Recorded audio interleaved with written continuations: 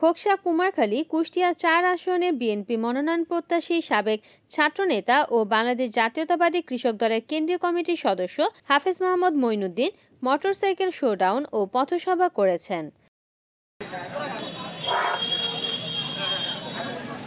শুক্রবার ১ আগস্ট বিকেলে উপজেলার সাধারণ জনগণের ব্যানারে খোকসা উপজেলার গোগ্রাম, সাতপাখিয়া, মাসিলিয়া ও সমসপুর এলাকায় রাষ্ট্র মেরামতে বাংলাদেশ জাতীয়তাবাদী দল বিএনপি ঘোষিত ৩১ দফা সম্বলিত লিফলেট বিতরণ করা হয়। এ সময় উপস্থিত ছিলেন খোকসা উপজেলা ছাত্রদলের সাবেক সহ সাংগঠনিক সম্পাদক রাকিবুল ইসলাম সহ হাজারো নেতাকর্মী।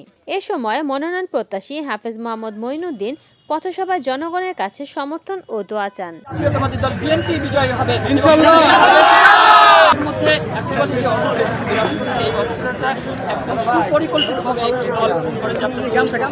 আমরা যেটা চাচ্ছি সেটা হলো দ্রুত বাংলাদেশে একটি নির্বাচন যদি হয়, এই নির্বাচনের মাধ্যমে কিন্তু বাংলাদেশে একটি মনে করেন যে আপনার যে একটা শৃঙ্খলা ফিরে আসবে।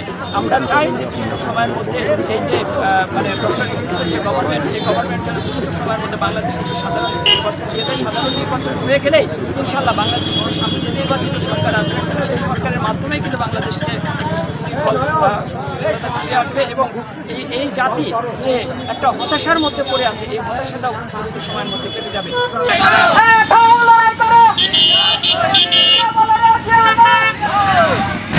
রিপোর্ট করেছেন কুষ্টিয়া প্রতিনিধি নাজমুল হাসান, NN TV।